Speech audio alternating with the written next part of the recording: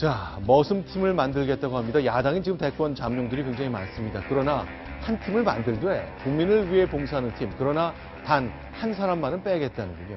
자, 어떤 일들이 벌어지고 있는지 일단 좀 양지열 변호사와 함께 야권 잠룡들의 지지율을 한번 점검해 보겠습니다. 일단 무엇보다도 이재명 성남시장의 상승세가 굉장히 눈에 띕니다. 지금 네. 오늘 한 여론조사, 한국일보 여론조사에 따르면 네. 지금 보시는 것처럼 문재인 전 대표가 물론 부동의 1위이긴 합니다만 네.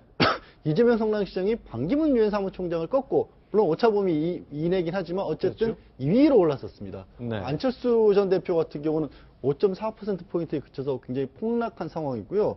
네. 다른 여론조사를 보게 되면 이 리얼미터 조사에 지금 한 지난 4주 정도의 변동 추세를 좀 주목할 필요가 있습니다. 여기서는 물론 이재명 성남시장은 2위, 3위이긴 합니다. 반기문 사무총장보다 떨어져서. 근데 보시면 거의 매주 2%포인트가 그냥 상승을 하고 있거든요. 또 문재인 전 대표나 반기문 사무총장이 거의 변동이 없어서 문재인 전 대표는 지금 이번 주에 한 3%가량 많이 뛰긴 했습니다만 비슷한 형태인데 이재명 시장은 굉장히 급락을 하고 있거든요. 반면에 안철수 전 대표가 그만큼 동일한 비율로 사실 떨어지고 있습니다. 네. 자, 지금 보이시는 영상은요, 이재명 시장 오른쪽에 보이고 우상호 원내대표 보입니다. 그런데 오늘 이제 이재명 시장 얘기 들어보니까 우산 얘기를 유독 많이 하네요. 구장처장, 어떤 의미입니까? 네. 이제 홀로 서기가 지금 아직은 좀 그 당내 세력이 약하지 않습니까?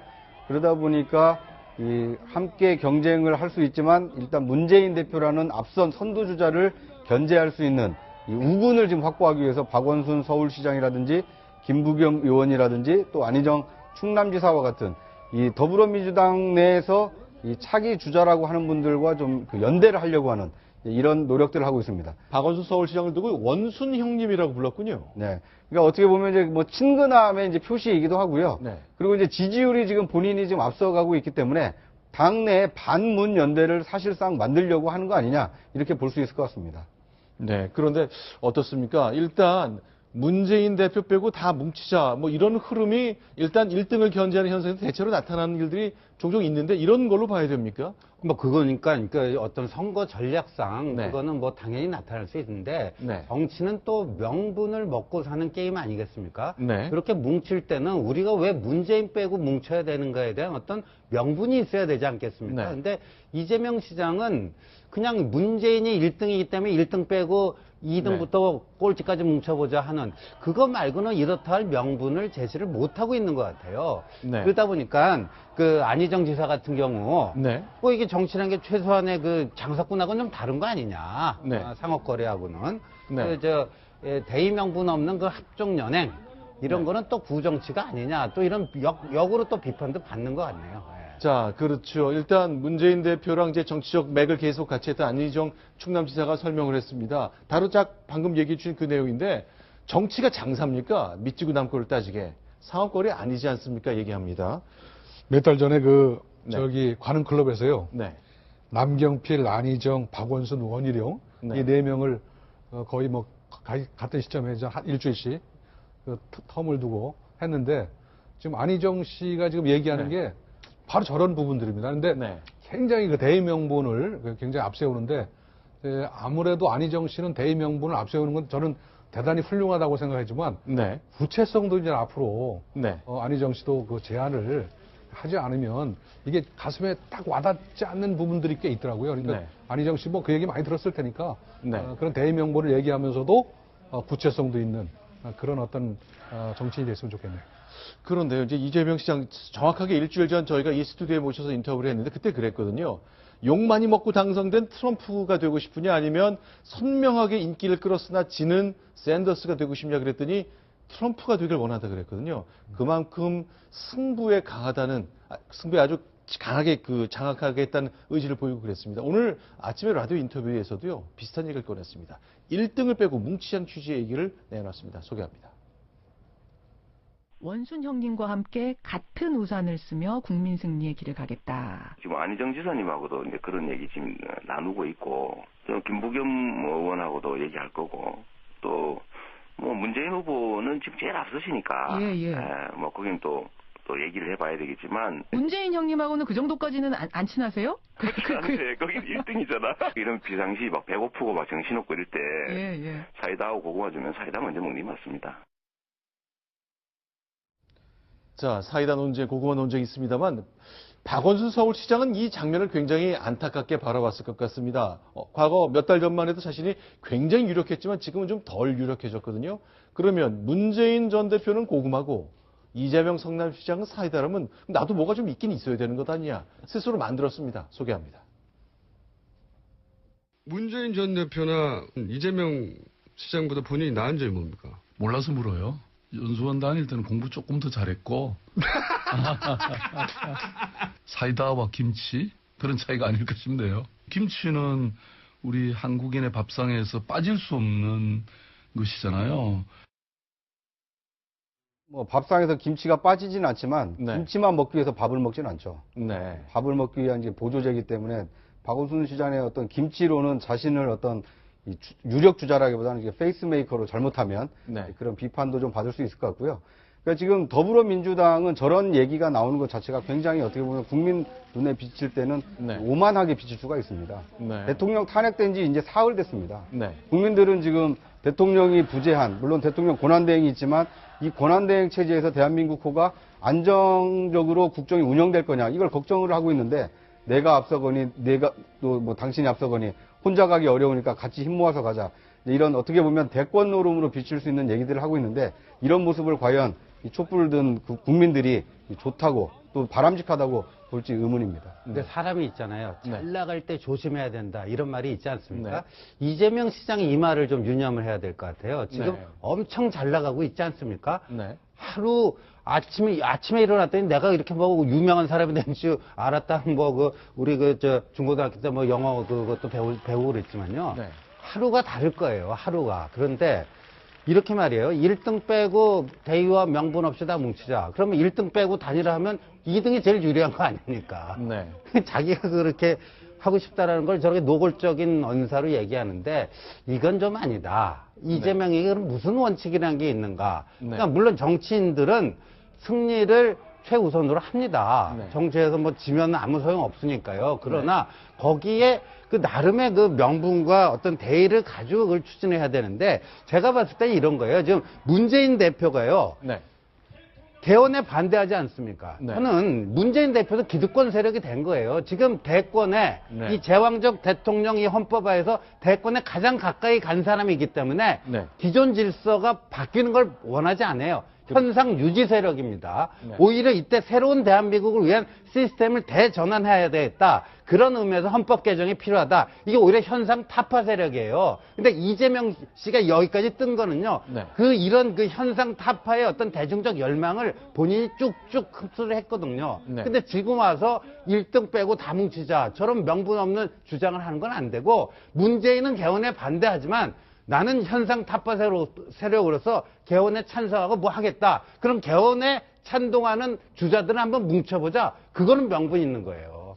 자, 그동안 이제 대의제라는 것이 온 국민이 정치에 참여하기 어려우니까 몇몇 선출을 받은 분들을 중심으로 뭔가 입법을 하자는 거였는데 지금은 이제 SNS건 여러 가지 의견을 전달할 방법이 많아졌기 때문에 지금 문재인 대표가 말한 것처럼 시민사회 참여시키자. 광장의 의견, 이번에 촛불 시위에 100만 명 넘게 나온 분들이 있는데 그분들 의견 반영해서 과연 우리가 무엇을 청산하고 무엇을 개혁할지 입법할 걸 쭉 만들자 이런 제안을 했습니다.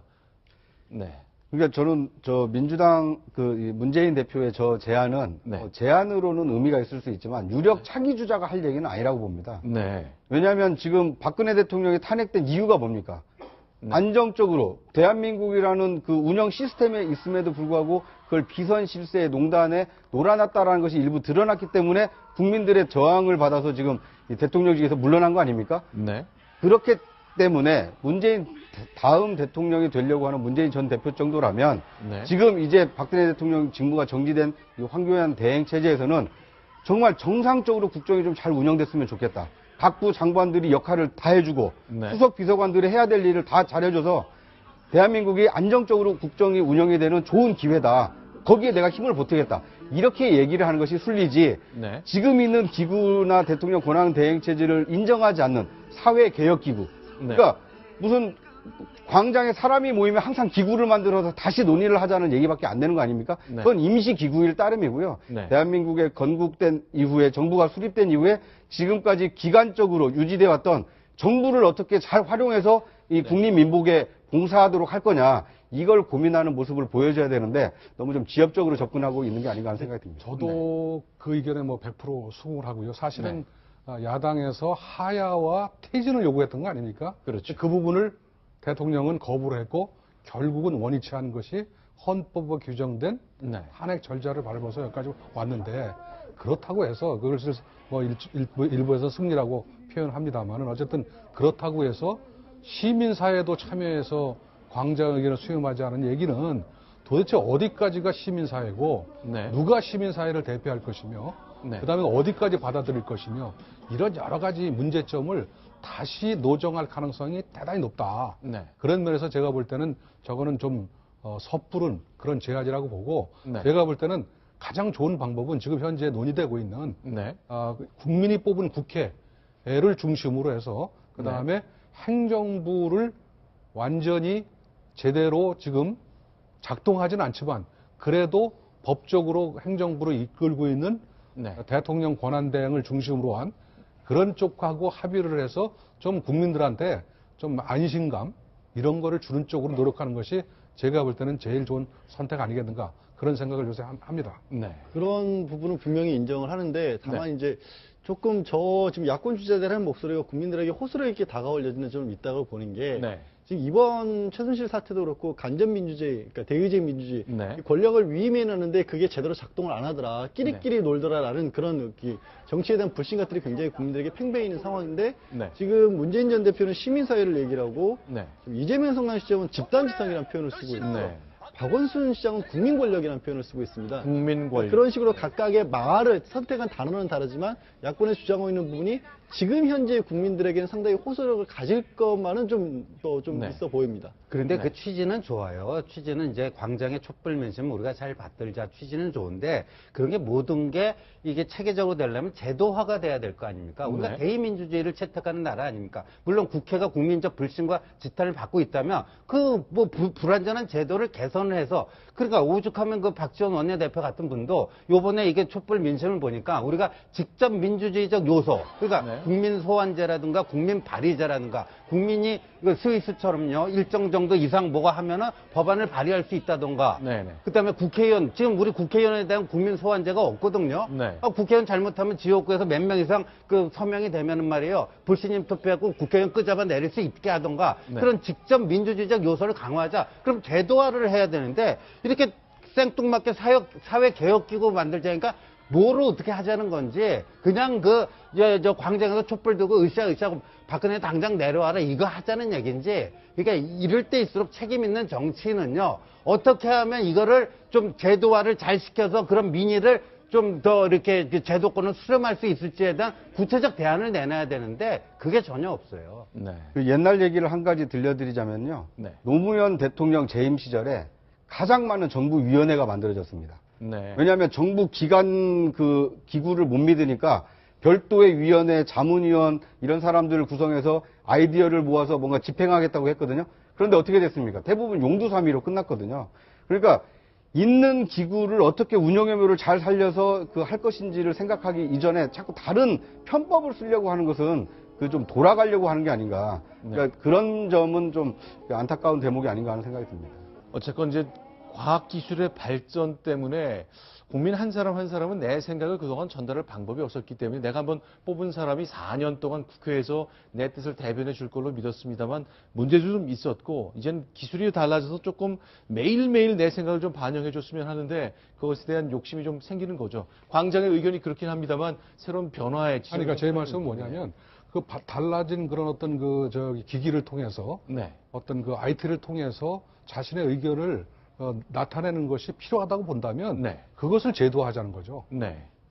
그렇게 해서 가장 빨리, 가장 정확하게, 가장 확실하게 의견을 할 수 있는 방법이 있다면 뭐 저는 그걸 반대하지 않습니다. 다만 지금 문재인 전 대표가 얘기하는 시민개혁기구라는 것이 과연 정체가 뭔지 예를 들어서 거기에 보수 쪽이나 이런 데가 과연 들어갈지 어떨지를 그거부터 제가 볼 때는 구성하다 보면 굉장히 논쟁이 될 것이다. 이런 얘기를 한 겁니다. 알겠습니다. 이 사회개혁기구가 아니고요. 문재인 전 대표가 지금 대선 주자 중에 1위 아닙니까? 내가 기득권을 내려놓을 테니까 이번 기회에 개헌을 하자. 국민 요구를 또 직접 민주주의 요소를 가미할 수 있는 개헌을 먼저 하자. 이렇게 주장을 했다라면 더 많은 국민들이 환호하지 않았겠습니까?